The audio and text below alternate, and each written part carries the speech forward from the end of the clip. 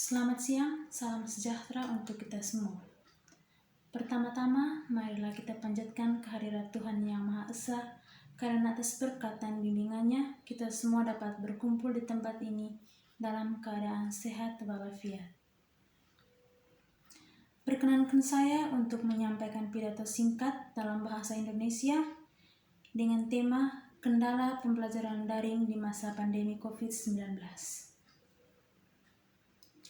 Pandemi COVID-19 yang terjadi di Indonesia telah banyak membawa perubahan signifikan dalam kehidupan sehari-hari dalam bidang politik, ekonomi, sosial, kesehatan, dan juga tidak terlepas dari bidang pendidikan.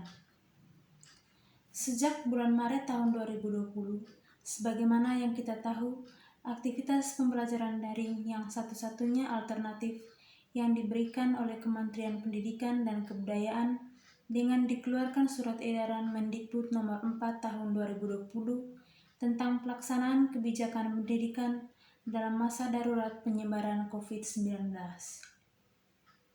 Pembelajaran daring diterapkan di semua jenjang pendidikan, mulai dari TK, SD, SMP, SMA, hingga perguruan tinggi.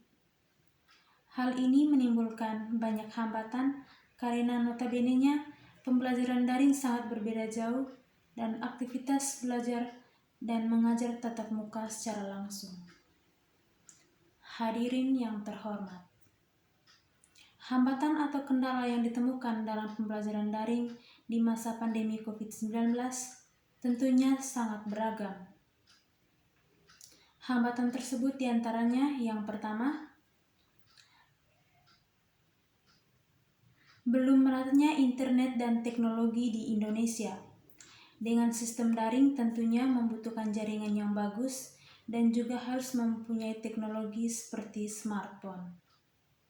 Sedangkan kita tahu, tidak semua daerah mempunyai jaringan yang bagus untuk mengakses internet dan masyarakat pedesaan masih banyak tidak memiliki HP canggih atau gadget.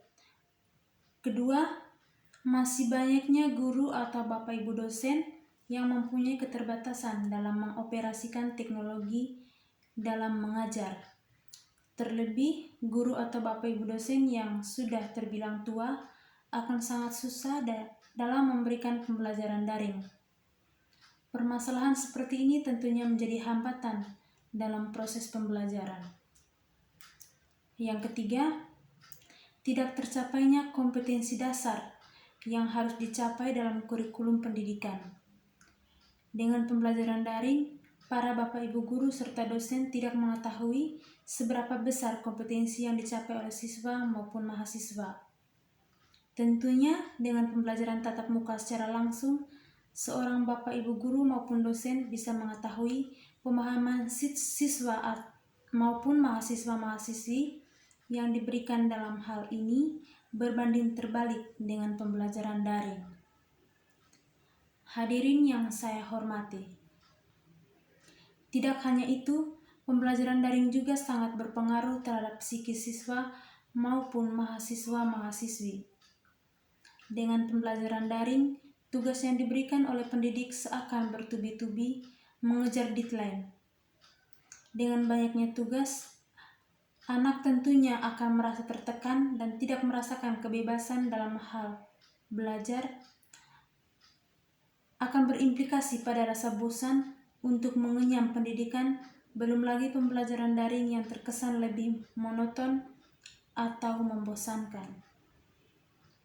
Tidak hanya itu, daya tangkap siswa maupun mahasiswa rendah dalam menerima pelajaran. Meskipun pembelajaran dengan sistem daring terdapat banyak kendala, akan tetapi cukup membantu di tengah pandemi COVID-19 sekarang. Selain menjadi alternatif tetap berjalannya pembelajaran di era pandemi, sistem daring juga salah satu langkah memutus rantai penyebaran COVID-19. Solusi yang bisa dilakukan dalam sistem pembelajaran ini adalah yang pertama, pihak pemerintah dan Kemendikbud lebih memperhatikan pemerataan pemberian kuota kepada peserta didik sampai ke pedesaan. Yang kedua, pendidik harus bersinergi dalam menciptakan inovasi baru dalam sistem pembelajaran agar siswa maupun mahasiswa tidak merasa bosan dan malas belajar. Hadirin yang saya hormati, demikian pidato yang saya sampaikan.